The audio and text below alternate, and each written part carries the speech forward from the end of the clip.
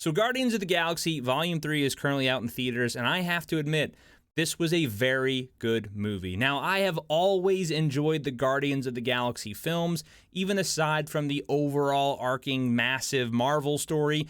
As a standalone story, as a standalone trilogy, I love this little group of heroes. Regardless of what you think about James Gunn, you have to admit he did a very good job with these characters, making you get attached to them and love their story from start to finish. Now, there will be spoilers during this review, so keep that in mind as we continue forward. But this story, Volume 3, is going to be focusing on mainly Rocket's backstory, and I have to admit, this freaking movie pulls at your heartstrings heavily, especially if you have a soft side for animals like myself.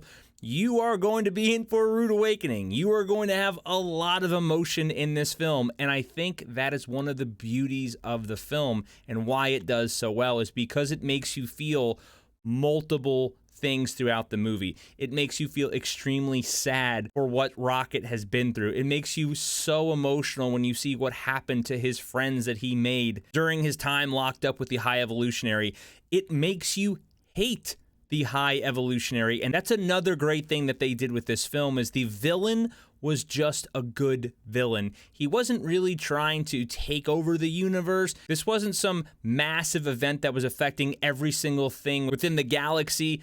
This was specifically their villain that they got to handle. And the actor who portrayed him, which I'm not even going to attempt to pronounce his name, did a phenomenal job. He really knocked it out of the park when it came to acting, and he really made you hate his character. Like, you wanted him to fail because of all the horrible things that you saw him doing, which is rare in Marvel movies. We see a lot of things now where they kind of make you feel bad for the villain or understand where they're coming from. And when it comes to him, the High Evolutionary, there is no rhyme or reason that can make you go, yeah, I understand that. No, he is just a bad guy doing bad things to animals, and it really bothers you. It enrages you. It makes you sad. And like I said, how the actor portrayed him, all of the emotion that was involved, they nailed it when it came to this. Now, is this movie a perfect movie by any means? No. There are definitely some aspects of the movie that are a little bit flawed, a couple jokes that maybe didn't land here or there.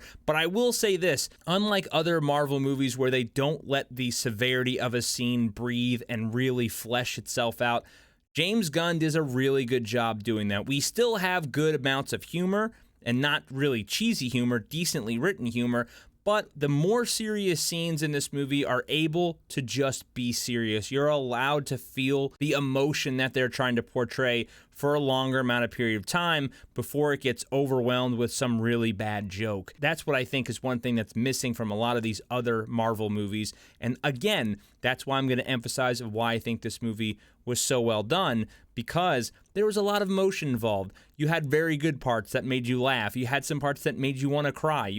There had some parts that really made you angry. This movie pretty much covered it all. And like I said, it's not a perfect film by any means whatsoever. But for a Marvel film, for a movie that is wrapping up the story for beloved characters, it did a good job. I like how they left everything off. When we see what happened with Quill's story, we see what happens between him and Gamora, and it didn't end up to be a happily ever after, thank God. I really enjoyed that. It was more of a realistic thing where everybody kind of got to go their own way and do their own thing. You get to see what happens with Drax and what his true calling is. The character arc with Nebula, I think they nailed that. If you look at her from the very beginning as to now, how much she has grown and how much she has become a more beloved character within the group, I think that's really good storytelling. A couple of the things that I didn't really care for in this movie, I would have to say, is Adam Warlock's character. Now, I'm not going to pretend like I'm some Adam Warlock expert. Based on the movie, his character seemed to be more of a throwaway character. Didn't really seem like something that we needed in the story. Didn't really seem like it's going to be a character that I want to see more of or build off of. They probably will, because I feel like Marvel's running out of characters that even mean anything anymore. But his character could have been removed, and it didn't really matter, in my personal opinion. Seeing that Spider Groot thing after he fought Adam Warlock, and then 2 seconds later he's kind of regenerated, a little bit of inconsistencies there when it comes to how they handled Groot in the past. But overall, it was enjoyable, it was fun, It's a rewatchable movie. It's an emotional movie, and definitely one of the best out of the trilogy so far. So let me know what you guys thought about the movie, because I'm very curious to see if you liked the film, if you didn't like the film. I'm always curious to hear your thoughts. If you liked this video, hit that like button. I would greatly appreciate it. It helps me and helps the channel. If you like the review and you haven't subscribed, hit the subscribe button, and that way you never miss a video going forward. But until next time, take care.